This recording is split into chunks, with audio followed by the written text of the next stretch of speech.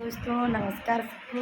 और कैसी हो? आशा करते अच्छे होंगे, स्वस्थ होंगे। आप देख सकते हैं दोस्तों, हम काम लेटे हुए हैं, काटे पड़े हुए हैं।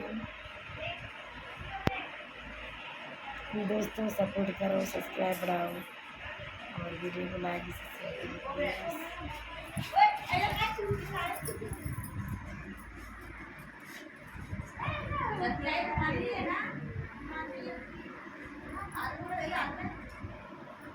हमारा घर है दोस्तों, देख सकते हो। तो हमारा फ्रिज है, अभी ऐसे पड़ा हुआ है हमारा घर दोस्तों, देख सकते हो।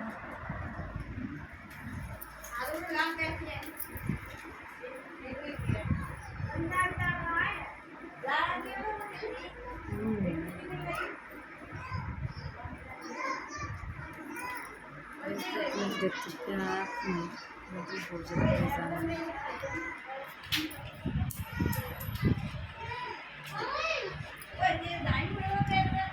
पर चेहरापन अच्छा है पर ये दोस्तों, तो आप प्लीज़ दवाई बताओ हमको, प्लीज़ प्लीज़।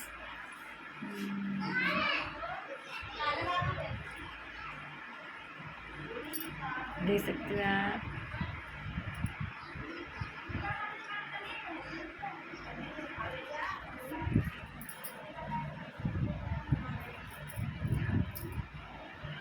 बाय सबको।